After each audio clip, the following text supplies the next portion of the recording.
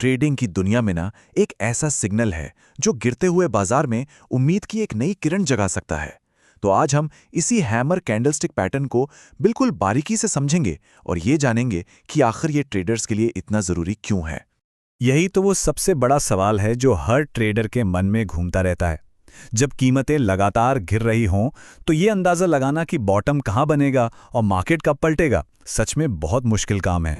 तो चलिए सबसे पहले गिरावट की इसी दुविधा को समझते हैं। जब मार्केट लगातार नीचे जा रहा हो तो ट्रेडर्स को एक भरोसेमंद सिग्नल की इतनी ज़रूरत आखिर पड़ती क्यों है? ज़रा सोचिए, मार्केट स्क्रीन पर हर तरफ लाल ही लाल नज़र आ रहा है, बिकवाली का प्रेशर है। ऐसे में ये पता लगाना लगभग नामुमकिन सा लगता है कि खरीदार यानी कि बुल्स कब सेलर्स यानी बेयर्स पर हावी होना शुरू करेंगे। ट्रेडर्स बस बेसब्री से इसी एक इशारे का इंतजार करते हैं। और जानते हैं, इसी इंतजार का एक बहुत ही मजबूत जवाब हो सकता है हैमर पैटर्न। ये उन शक्तिशाली सिग्नल्स में से एक है जो इशारा करता है कि गिरावट का दौर शायद अब अपने अंत के करीब है। तो ये हैमर कैंडलस्टिक आखिर है क्या?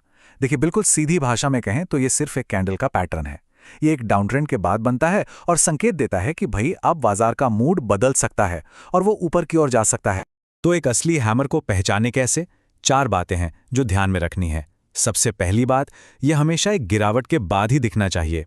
दूसरी चीज़, इसकी बॉडी मतलब वो रंगीन हिस्सा छोटा होता है और ऊपर की तरफ होता है। तीसरी, और ये बहुत ज़रूरी है, इसकी निचली बत्ती जिसे शैडो कहते हैं, बॉडी से कम 2 गुनी लंबी होनी चाहिए। और आखिर में इसके ऊपर या तो कोई बत्ती नहीं होती या फिर बहुत ही छोटी होती है। अब ये जानना बहुत दिलचस्प है कि एक ही जैसी दिखने वाली कैंडल के मतलब बिल्कुल उल्टे हो सकते हैं।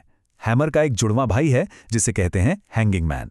जैसा कि यहां दिख रहा है, शक्ल में दोनों एक जैसे हैं, पर सारा का सारा फर्क इस बात का है कि वो चार्ट पर कहां दिखाई देते हैं। हैमर गिरावट के बाद आकर तेजी का संकेत देता है, जबकि हैंगिंग मैन तेजी के बाद आकर मंदी की चेतावनी देता है। हर एक कैंडल अपने आप में एक कहानी कहती है, खरीदारों और विक्रेताओं के बीच की एक लड़ाई की कहानी। तो चलिए जरा और गहराई में उतरते हैं और देखते हैं कि हैमर कैंडल के अंदर असल में चल क्या रहा होता है। तो उस एक ट्रेडिंग सेशन में होता क्या है?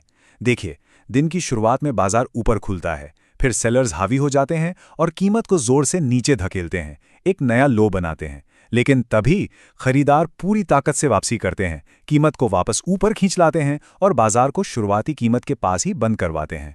यही खींचतान हैमर को उसका खास आकार देती है। एक सवाल जो अक्सर पूछा जाता है, क्या हैमर के रंग से कोई फर्क पड़ता है? तो जवाब है हाँ और नहीं। हरी हैमर को ज्यादा मजबूत माना जाता है। क्यों? क्योंकि इसमें खरीदार न सिर्फ कीमत को वापस ऊपर लाते हैं बल्कि ओपनिंग प्राइस से भी ऊपर ले जाकर बंद करते हैं।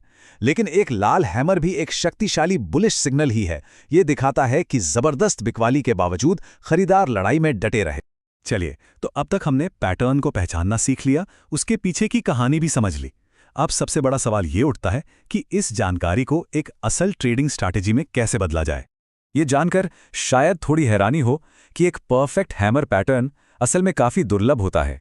ये सिर्फ 1 से 2% ट्रेडिंग सेशन में ही बनता है और शायद इसकी यही दुर्लभता इसे इतना शक्तिशाली सिग्नल बनाती है।